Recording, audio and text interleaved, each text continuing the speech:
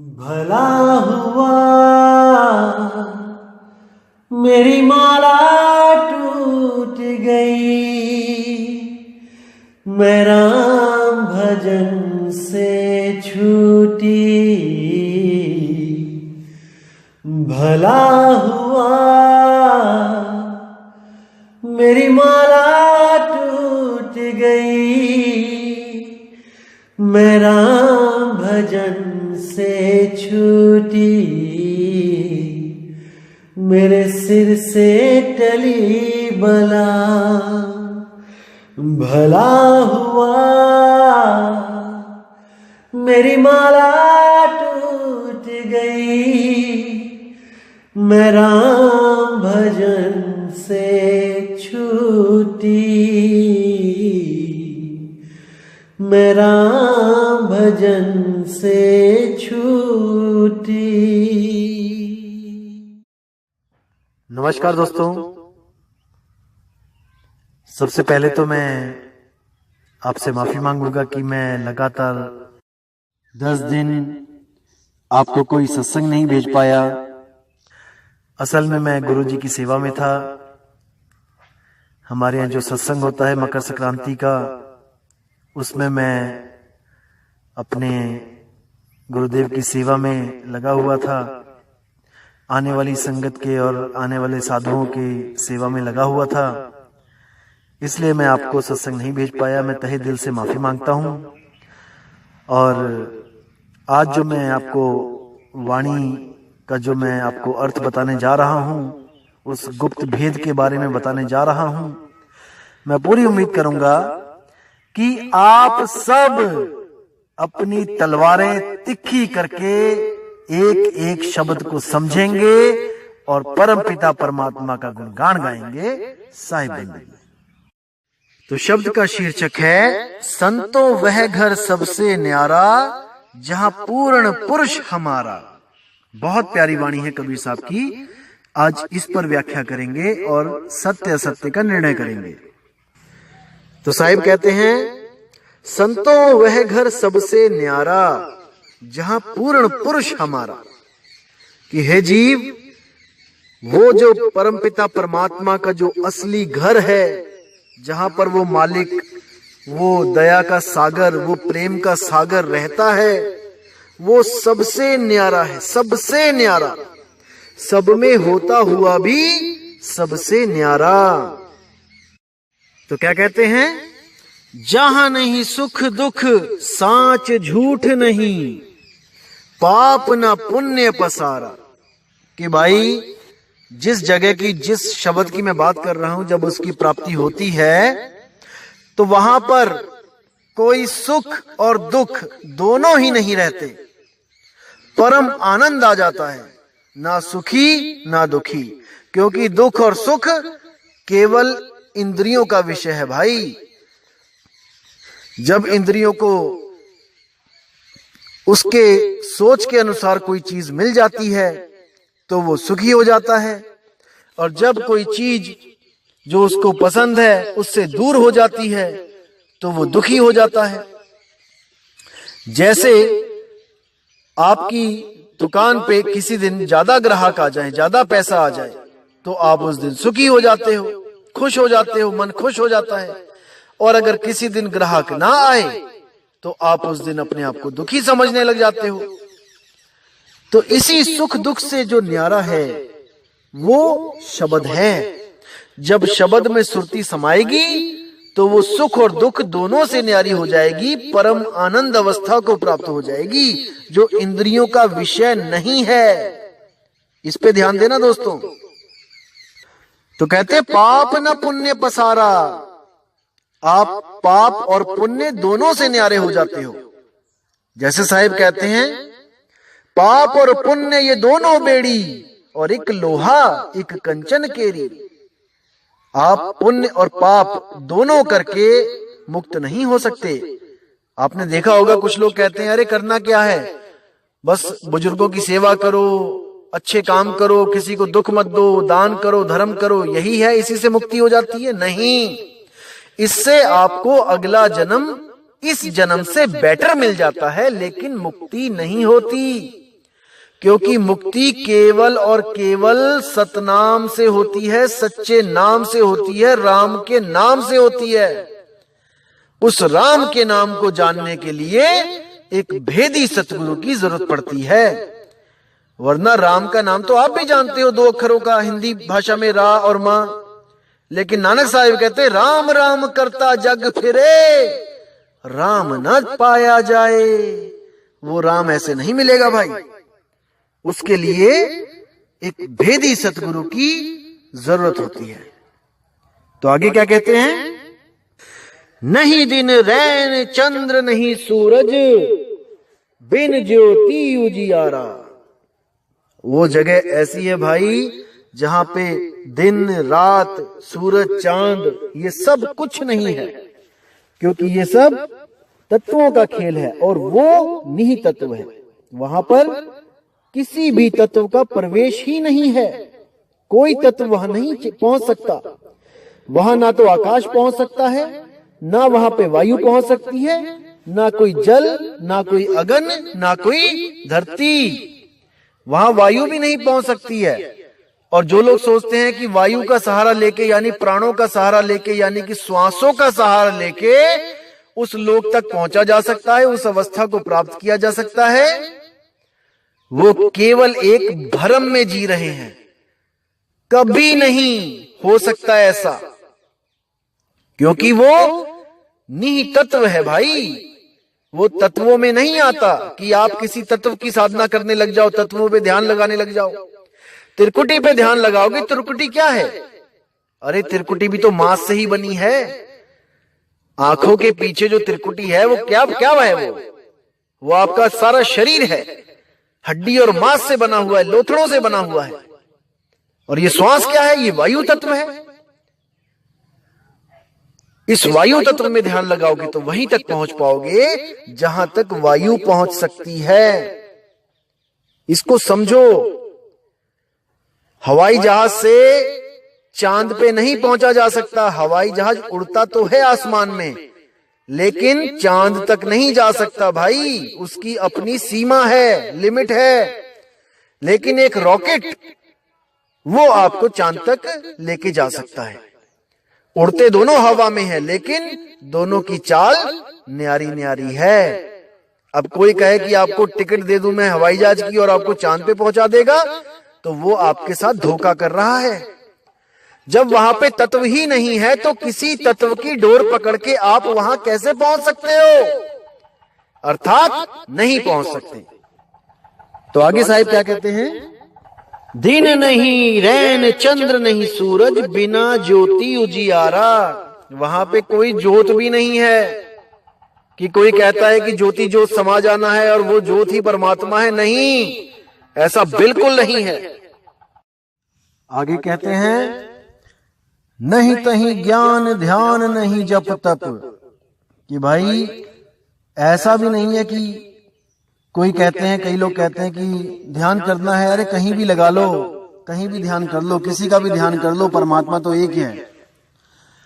यानी कि कहीं पे भी, कई लोग तो दीवार पे बिंदु, जो दीवार है सामने आपके, उस पे एक बिंदु बना देंगे और उसी पे ध्यान करने लग जाएंगे। उसको देखते रहेंगे, लगातार देखते रहेंगे, देखते रहेंगे, और वही बिंदु अपने आप आंखों के सामने से ओझल हो जाएगा, गायब हो जाएगा। तो कहेंगे अब आप उस निराकार को देख सकते हो। देखिए भरम जाल, देखिए कई पंथ चल रहे हैं ऐसे, जो आपको अंधेरे में बैठा देंगे और दीवार पे एक छोटी सी एलईडी लाइट जला देंगे, जैसे लाल सा प्रकाश कर देंगे। अब उस प्रकाश को देखते रहो, बिंदु को देखते रहो, देखते रहो, देखते रहो, और देखते देखते देखते वो बिंदु गायब हो जाएगा। जैसे कंसंट्रेशन जब ज्यादा हो जाती है तो वो सीमित हो जाती है, उसके आसपास की चीजें दिखनी बंद हो जाती हैं। और एक समय ऐसा आता है पूर्ण अभ्यास करने के बाद कि वो चीज जो देख रहे होते हैं वो भी दिखनी बंद हो जाती है। जैसे कंसंट्रेशन का विषय है, जैसे अर्जुन था, जब अर्जुन ने उस चिड़िया की आंख में निशाना साधा तो गुरु ने पूछा अर्जुन तुम्हें क्या दिखाई दे रहा है? तो अर्जुन ने कहा मुझे चिड़िया की आंख के सिवा कुछ दिखाई नहीं दे रहा। जबकि बाकियों से पूछा तो उन्होंने कहा मुझे पेड़ भी दिख रहा है, मुझे सब कुछ दिख रहा है, पीछे जो है मकान भी दिख रहे हैं, सब कुछ दिख रहा है। पत्ते भी दिख रहे हैं पेड़ के। तो उन दोनों के ध्यान में क्या फर्क था कि अर्जुन का ध्यान पका हुआ था। अर्जुन जिस चीज को देखना चाहता था केवल वही चीज दिखती थी, उसके अलावा कुछ नहीं दिखता था। तो ये ध्यान पकाना कहते हैं इसको। तो साहिब कहते हैं नहीं वहां ज्ञान ध्यान नहीं। तो साहिब कहते हैं नहीं वहां ज्ञान ध्यान नहीं, जप तप वेद कतेब न बाणी। कि भाई उस जगह जब आपकी सुरती वहां रमेगी तो वहां पर कोई वेद कतेब कोई वाणी का ज्ञान कोई काम नहीं आएगा। वहां पर केवल आपकी 100% सुरती चाहिए। जो शब्द में लगेगी तो आप सब कुछ भूल जाओगे, कुछ याद नहीं रहेगा, ना अपनी देह, ना अपना धर्म, ना अपनी जात, ना अपनी वाणी, और ना ही ये ग्रंथ याद रहेंगे।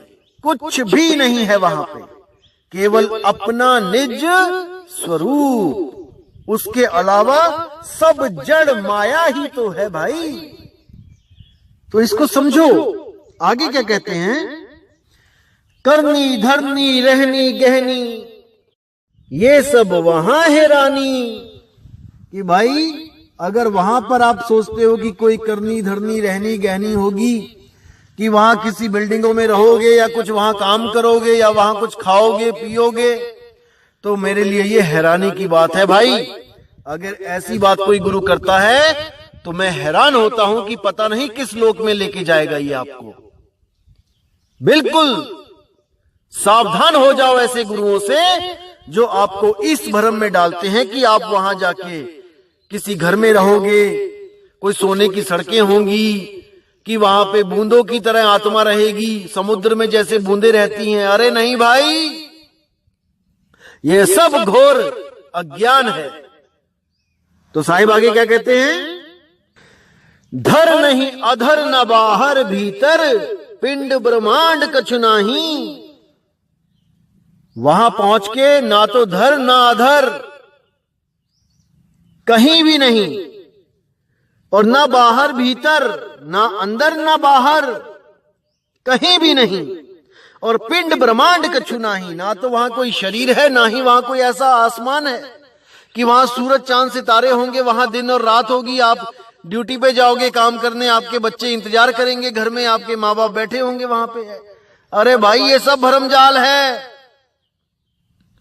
कुछ नहीं है वहां पे, केवल आपका निज स्वरूप, उसके अलावा कुछ नहीं, कुछ नहीं।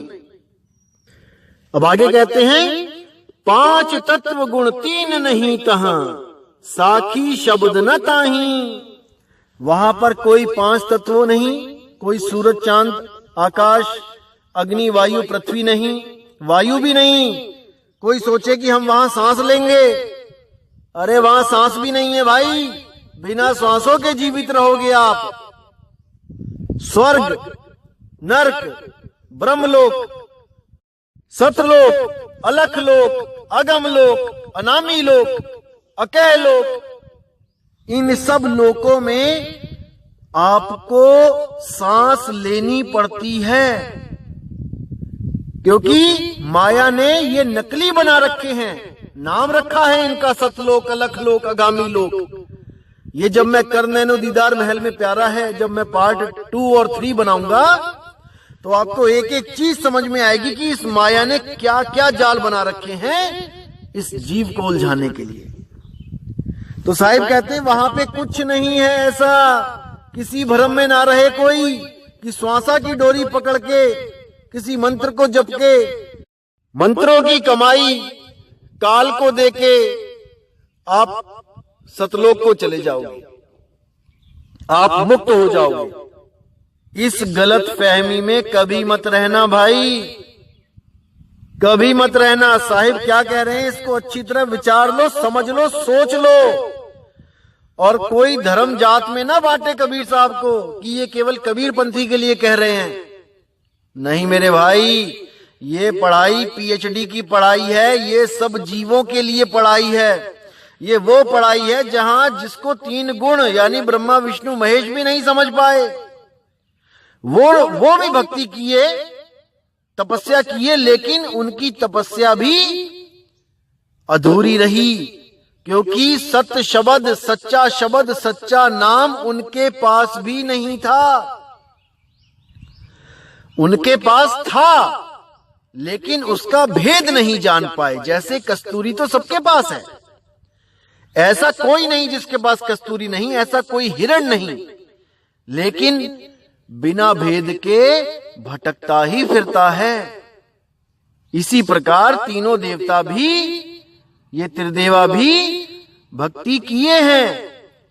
हिमालय पे जाके भोले शंकर ने भी भक्ति करी है, जबकि कहने में आ रहा है देवों के देव महादेव। अरे अगर आप ही देवों के देव महादेव हो तो आप किसकी भक्ति करते हो? ये सवाल हर इंसान के दिल में होता है कि भोले शंकर आखिर भक्ति किसकी कर रहे हैं। तो अगर आपने जानना है कि भोले शंकर किसकी भक्ति कर रहे हैं तो उनका एक ग्रंथ उठाओ, शिव स्वरोदय। उसमें पार्वती और शंकर जी की पूरी वार्तालाप है। जो सवाल आपके दिमाग में है कि शंकर जी किसकी भक्ति करते हैं, वही चीज पार्वती जी के दिमाग में आई कि हे प्रभु, मैंने हर जगह यही सुना है कि आप देवों के देव महादेव, आपसे बड़ा कोई नहीं, फिर आप किसकी भक्ति में लीन रहते हो?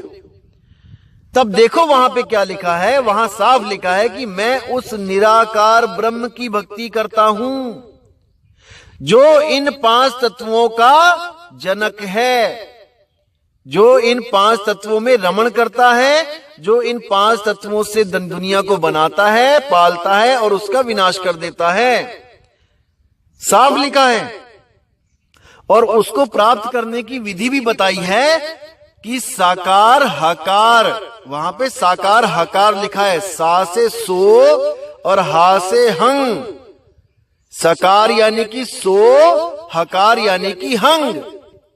गुप्त रूप में भेद दिया है वहां सोहंग का कि श्वास आती है तो सो, श्वास जाती है तो हंग। इसी सोहंग का जाप मैं अपनी समाधि में करता हूं, जिसको शून्य समाधि कहते हैं। मैं शून्य तक जाता हूं और वहां पर जाके मेरा देह अभिमान टूट जाता है और मैं वहां पे खुद को निराकार समझ के उसमें लीन रहता हूं। साफ लिखा है। लेकिन आगे का भेद भोले शंकर नहीं जान पाए कि भाई सरगुण निर्गुण दोनों से पारा वो क्या है। साहिब कहते हैं सरगुण निर्गुण दोनों से पारा और जानेगा कोई जाननहारा। जब सतगुरुदेव आपकी जिंदगी में आ जाते हैं तो वो आपको सरगुण और निर्गुण दोनों से परे ले जाते हैं, दोनों से पार की भक्ति बताते हैं। सरगुण मानो घड़ा एक शेप में और निर्गुण मानो मिट्टी। उस मिट्टी से चाहे आप घड़ा बना दो, उस मिट्टी से चाहे आप गुल्लक बना दो, उस मिट्टी से आप चाहे चकला बना दो, बेलन बना दो मिट्टी की, चिड़िया बना दो मिट्टी की। तो मिट्टी है निराकार और ये जो चीजें बनती हैं ये है साकार।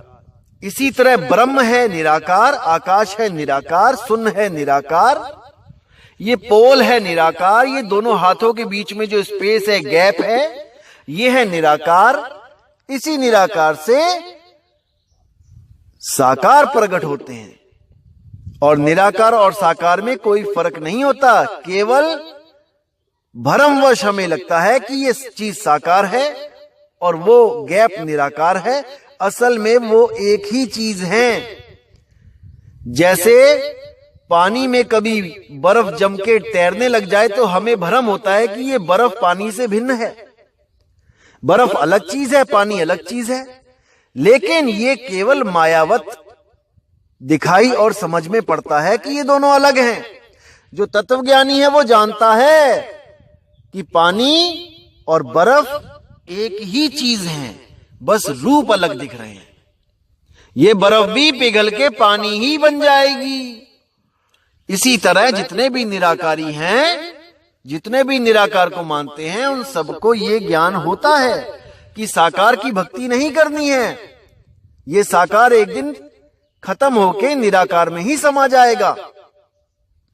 जैसे ये शरीर साकार है, जब ये खत्म होगा तो इसकी जो मिट्टी तत्व है वो मिट्टी में समा जाएगा। इसमें जो वायु तत्व सांस है वो वायु में समा जाएगी। इसमें जो अग्नि टेम्परेचर है, जठर अग्नि है, वो अग्नि तत्व में समा जाएगी। इसमें जो पानी है, खून है, पसीना है, बूंद है, वो पानी तत्व में समा जाएगा। और इसका जो मन है, जो इसका वो निराकार मन इस निराकार आकाश तक समाएगा और उसके बाद दोबारा सृष्टि पैदा कर देगा, दोबारा साकार रूप धारण कर लेगा। तो इसी आने जाने में सब देवी देवता, सब ऋषि मुनि, पीर पैगंबर, औलिया, सब इसी में भटकते रहे। इसी को बेचून कहते हैं, इसी को फॉर्मलेस कहते हैं। ईसाई कहते हैं गॉड इज फॉर्मलेस, मुस्लिम कहते हैं अल्लाह बेचून है, यानी उसका कोई रूप रंग नहीं है। असल में ये सब निराकार के ही अलग अलग नाम हैं, उस निराकार ब्रह्म के। जबकि परमात्मा निराकार नहीं है भाई। परमात्मा तो इन दोनों से न्यारा शब्द स्वरूप है, और वही शब्द स्वरूप आपका निज नाम है, आपका निज स्वरूप है। आप साकार और निराकार नहीं हो। अरे आप तो इन दोनों की गवाही देते हो कि साकार भगवान है, निराकार भगवान है। आप निराकार साकार दोनों से न्यारे हो, इसको समझो मेरे भाई। अब आगे साहिब क्या कहते हैं? मूल फूल बेल नहीं बीजा, बिना वृक्ष फल सोई। जब आप उस अवस्था को प्राप्त कर लेते हो तो वहां पर मूल फूल बेल बीज कुछ नहीं रहता, कुछ नहीं। अभी हम कह रहे हैं कि मूल ज्ञान, वहां पहुंचने के बाद वो भी नहीं रहेगा, मूल भी नहीं रहेगा। जैसे हम किसी भी लड़के को पिता तब तक नहीं कह सकते जब तक उसके द्वारा एक संतान की उत्पत्ति ना हो जाए। जैसे ही उसके घर में बच्चा पैदा होता है, अब वो लड़का ही पिता बन जाता है। इसी तरह ये सब सृष्टि बनी, त्रिदेवा बने, सब कुछ हुआ, इसलिए हम उसको मूल कह रहे हैं। लेकिन जब हम उस अवस्था को प्राप्त कर लेंगे तब ये त्रिदेवा, ये मन, ये माया सब खत्म हो जाएगा। तो जब मन माया ये डाली टहनी नहीं रही तो हम मूल किसको कहेंगे? जब पुत्र ही नहीं रहेगा तो हम पिता किसको कहेंगे?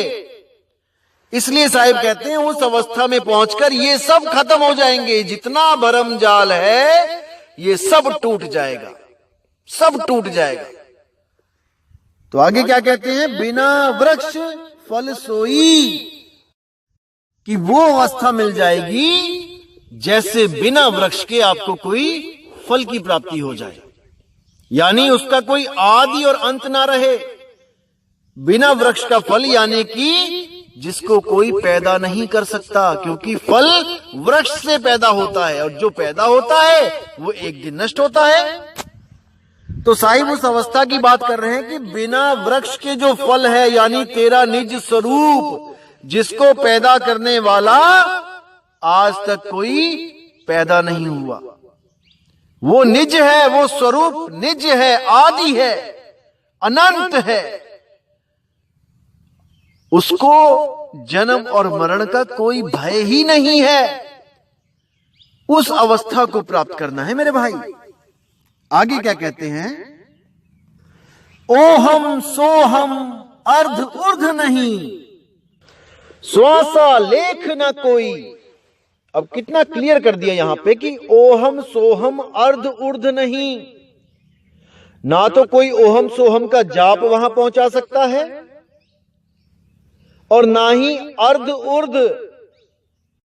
मतलब कि कुछ लोग तो शरीर के अंदर जो चक्र है उसमें उलझ गए हैं, एक के ऊपर एक चक्र, उसके ऊपर दूसरा चक्र, जितनी भी कुंडलियां हैं, या तो इसमें उलझ गए या फिर ऊपर सतलोक, अलखलोक, अगमलोक, अनामी लोक, जो एक आदमी का शरीर बना के उसके ऊपर अलग अलग लोक बना देते हैं, अलग अलग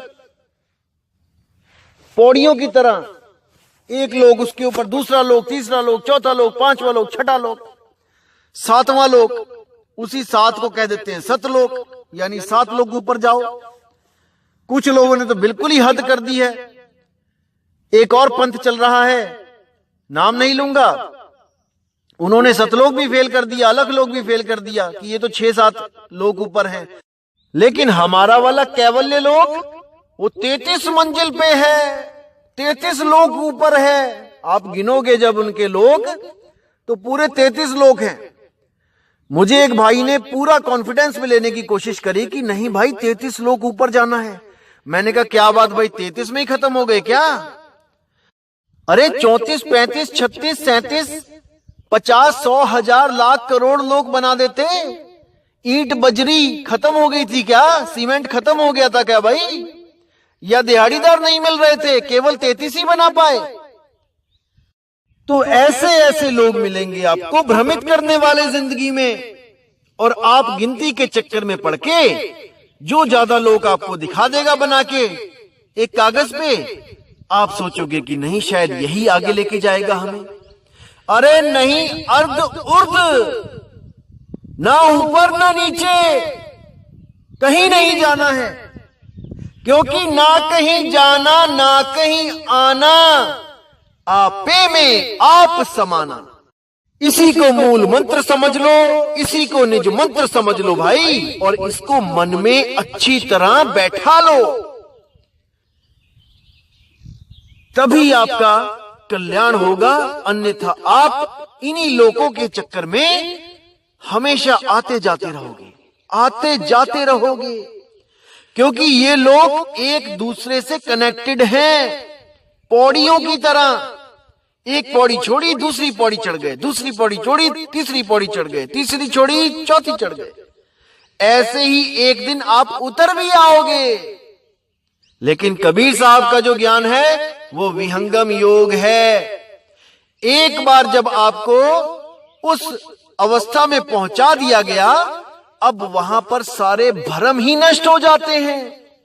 आप इस लोक को हमेशा के लिए भूल जाते हो, और जो आपने गलती करी है उसको आप सुधार लेते हो मेरे भाई। उसके बाद आपको कहीं आने जाने की जरूरत नहीं है। अपने निज स्वरूप, अपने निज नाम, अपने उस अखंड नाम में अपनी सुरती लगा के परमात्मा स्वरूप ही हो जाते हो। अब वहां पर काल नहीं आ सकता आपको भ्रमित करने। इसको समझो। तो साहिब आगे क्या कहते हैं? नहीं निर्गुण नहीं सरगुण भाई, नहीं सूक्ष्म स्थूला।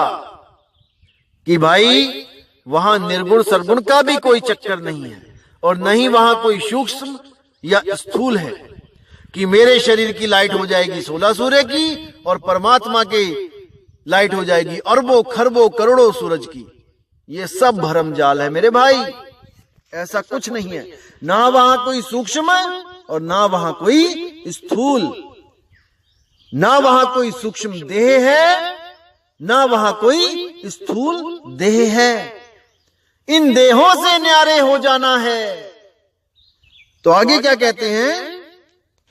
नहीं अक्षर नहीं अविगत भाई, ये सब जग की भूला। ना तो वहां पे कोई भाषा है कि वहां पर परमात्मा ने कुछ पुकारा, नाम पुकारे और वो बच्चे पैदा हो गए। देखो कितना बड़ा भ्रम है। साहिब ने ज्ञान रखा था उस ग्रंथों में, लेकिन पहेली के रूप में, और ये अज्ञानी गुरु, ये अधूरे गुरु उस पहेली को समझ ही नहीं पाए। जो अक्षर लिखे थे उसी को पकड़ पकड़ के आगे ज्ञान देने लगे। कहते हैं पहला अक्षर कुरुम पुकारा, यानी हिंदी का भाषा, हिंदी भाषा ये कुरुम, का में ऊ की मात्रा मां के ऊपर रहा, कुरुम। अब देखो, कुरुम का मतलब क्या है? कछुआ। अब ऐसे भी गुरु आपको मिल जाएंगे जो कछुआ बना के बैठ गए सच में, क्योंकि वो पहेली सुलझा नहीं पाए। समझो इसको, जो भी गुरु अपने जो कैलेंडर हैं, जो अपने जो ज्ञान जो छापते हैं अपने कैलेंडरों पे, अगर उस पे कछुआ बना है तो उससे बड़ा अज्ञानी गुरु कोई नहीं है, जिसने ये स्वयं साबित कर दिया कि परमात्मा ने ही पहले अक्षर में 84 लाख जूनियों का कछुआ पैदा कर दिया। सोचो इसको, समझो, क्योंकि वो गुरु अज्ञानी है। वो शब्द को पढ़ तो लिया लेकिन उसके भाव को नहीं समझ पाया, नहीं समझ पाया। जो भी गुरु कुरुम को कछुआ बनाने का घोषित कर दे, कछुआ बना दे, उस अज्ञानी गुरु को तत्काल त्याग दो। अरे जब वो कुरुम के स्वरूप को नहीं जान पाया तो वो आपके और अपने स्वरूप को क्या जानेगा? वो आपको 84 में धकेल देगा। समझो इसको, अभी मौका है, समझ जाओ। कोई गुरु अपने आप को अधूरा नहीं मानेगा भाई, क्योंकि उनका धंधा बन चुका है ये कबीर पंथ। लेकिन आप विवेकी हो, आप सत्य असत्य का निर्णय कर सकते हो। ये कछुआ वछुआ ये काल ने बनाए हैं, बहुत बाद में बनाए हैं। ये पहले अक्षर से कछुआ नहीं पैदा कर दिया परमात्मा ने। इसीलिए कबीर साहब ने ये ज्ञान पहेलियों के रूप में रखा गया, ताकि समय आने पर जब मेरा वो संदेश वाहक जब इस ज्ञान को समझाएगा तो दूध का दूध और पानी का पानी कर देगा। और जो विवेकी हंस जो मुझे प्यार करता है, जो सतगुरु कबीर साहब को प्यार करता है, वो इस मूल ज्ञान को समझ के अपने अधूरे गुरुओं को छोड़ के सत्य ज्ञान की तरफ उस तरह दौड़ा आएगा जैसे कोयल की मां की पुकार सुन के बच्चे उसकी तरफ दौड़े जाते हैं, जो रहते तो कौवे के घोंसले में हैं, लेकिन अपनी मां की पुकार को पहचान जाते हैं, पहचान जाते हैं। तो इस मूल ज्ञान को समझो मेरे भाई, और परमात्मा के उस निज स्वरूप को प्राप्त करने के लिए सतगुरु की खोज करो। शुरू कर दो उस गुरु को खोजना जो आपका निज स्वरूप आपको दे दे, ना कि कोई मंत्र पकड़ा दे, बिल्कुल नहीं। तो साहिब आगे क्या कहते हैं? नहीं अक्षर नहीं अविगत भाई, ये सब जग की भूला। अब यहां पे अविगत जो शब्द है, कुछ लोगों ने इसको क्या बना दिया कि सतलोक ही अविगत है। सतलोक से कबीर साहब आते हैं चल के, क्योंकि कबीर साहब का ज्ञान है पहेली ज्ञान, एक रहस्य ज्ञान, जो रहस्य केवल वही गुरु जान सकता है जो कबीर साहब के ज्ञान को पूरी तरह समझ चुका है, जिस पर सतगुरु कबीर साहब की मोहर लग चुकी है, जिसने ज्ञान स्वयं सतगुरु कबीर साहब से लिया है, वही इन रहस्यों को समझ सकता है। नहीं तो सब के सब केवल अक्षरों को पढ़ सकते हैं, क्योंकि वो पढ़े लिखे हैं। इससे ज्यादा उनकी बुद्धि नहीं चल सकती, नहीं चल सकती। बुद्धि विवेक तब चलेगा जब कोई विवेकी हंस जो कबीर साहब के असली पंथ से जुड़ा हुआ है, जब वो दूध और पानी का निबेड़ा करेगा। अरे नीर छीर का करे निबेड़ा, और कहे कबीर सो हंस है मेरा। मेरा हंस वो नहीं है जो केवल कबीर साहब की फोटो लगा के बैठा है, धूप अगरबत्ती लगा रहा है, या कबीर साहब को एक देह मान के, दाढ़ी वाले बाबा जी, टोपी वाले कबीर जी मान के सोच रहा है कि वो मुझे मिलेंगे, मुझे नाम देंगे, मुक्ति हो जाएगी। अरे नहीं भाई, साहिब कहते हैं हम हैं शब्द शब्द हम माही, और शब्द से भिन्न और कछु नाही। जो मेरे स्वरूप को जानता है वो भली भांति समझता है कि मैं ही शब्द हूं, और मैं वो शब्द हूं जो सतगुरु देव अपने शिष्य को देते हैं। मैं कोई मंत्र शब्द नहीं हूं कि किसी भाषा का मंत्र हूं मैं, नहीं, मैं एक वस्तु हूं। अरे वस्तु कहीं ढूंढे कहीं कैसे लागे हाथ, गुप्त वस्तु तब मिले भेदी लीजिए साथ। तो इसको समझना है मेरे भाई। आप समझ सकते हो, मुझे पूरा यकीन है आप में परमात्मा की दया से कोई कमी नहीं है, केवल और केवल सत्संग नहीं मिल रहा है, वरना आपको मूर्ख बनाने वाला इस दुनिया में कोई पैदा नहीं हुआ है, मुझे पूरा विश्वास है।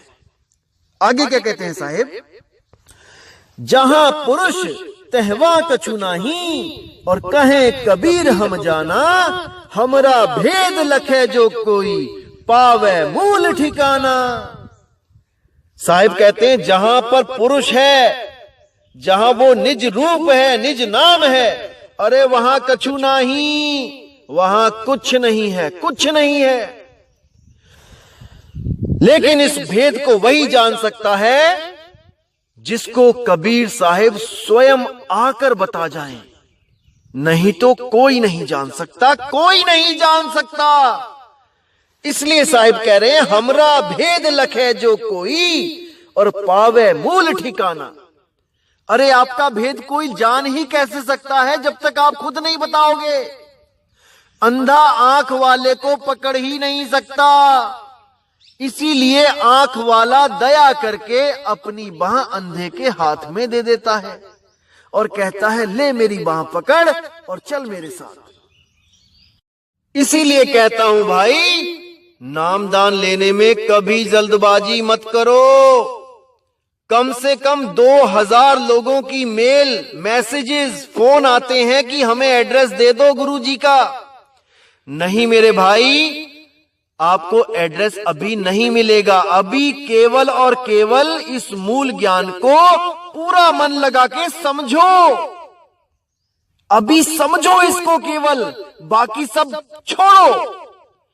कई लोग कहते हैं कि भाई ऐसा ना हो कि हम कहीं मर जाएं, कहीं काल हमें पहले ही झपट्टा मार ले गुरु से नाम लेने से पहले। मेरे दोस्त, मेरे भाई, आप अभी समझ ही नहीं पा रहे हो कि आप किसकी कक्षा में बैठे हो। उस परमात्मा की क्लास को अटेंड कर रहे हो आप। You are the student and he is the lecturer. और उसके स्टूडेंट का कोई बाल बाका कर जाए, ऐसा हो नहीं सकता मेरे दोस्त। आप बिल्कुल फिक्र मत करो, वो आपके अंग संग है। बिल्कुल मत इस भ्रम को अपने दिमाग में आने दो कि आपको कुछ हो जाएगा। कुछ नहीं हो सकता। आज तक हुआ सो हुआ। जिसने सच्चे मन से कबीर साहिब को, उनके मूल ज्ञान को अपने हृदय में बसा लिया, उसका कोई बाल बाका नहीं कर सकता, कोई बाल बाका नहीं कर सकता। आप बिल्कुल फिक्र मत करो। मैं आपका फोकस केवल और केवल मूल ज्ञान को समझने में लगाना चाहता हूं मेरे दोस्त। इसलिए मैं कहता हूं अभी भूल जाओ, एड्रेस भूल जाओ, मत पूछो, केवल ज्ञान को समझो। ज्ञान को समझना उतना ही जरूरी है जितना एक बच्चे को तैराकी समझना, तैराकी जानना जरूरी है पानी में कूदने से पहले। नाम लेने से पहले इस ज्ञान को समझना बहुत जरूरी है, क्योंकि नामदान के वक्त सुरती को 100% विश्वास होना चाहिए। अगर 99% भी है तो नाम लिया ना लिया बराबर रहेगा मेरे भाई। कोई फायदा नहीं नाम लेने का, क्योंकि साहिब कहते हैं कहें कबीर सुनो भाई साधो, मैं तो हूं विश्वास में। अगर आपको विश्वास होगा 100%, केवल तभी आना नाम लेने जब मैं आपको एड्रेस दूंगा। कोई जल्दबाजी मत करो, पहले इस मूल ज्ञान को अच्छी तरह दिल में बसा लो, ताकि 1% संशय ना रहे जो आज तक के अधूरे गुरुओं ने आपके दिमाग में जहर घोल रखा था। उस जहर को निकाल फेंको और इस अमृत वाणी को अपने हृदय में स्थान दो। उस मालिक की वाणी को मन में बसाओ और पूरा विश्वास करके आओ। आप सबका स्वागत होगा, सबका स्वागत होगा। तो दोस्तों, अब मैं विदा चाहूंगा और परमात्मा से हमेशा यही दुआ करूंगा कि आपका विवेक इतना बढ़ता जाए, इतना बढ़ता जाए कि इस दुनिया में कोई अधूरा गुरु आपको मूर्ख ना बना पाए, नहीं बना पाए। बहुत बन लिए, युगों युगों से बनते ही आ रहे हैं। अब नहीं, अब नहीं, अब नहीं। तो दोस्तों मुझे विदा करें। जय गुरु बंदी छोड़ वैराग साहिब जी की, जय गुरु बंदी छोड़ मदन साहिब जी की, जय जय बंदी छोड़ सतगुरु सत्य कबीर साहिब जी की सदा ही जय हो, सदा ही जय हो। साहिब बंदगी सतनाम। तो साहिब कहते हैं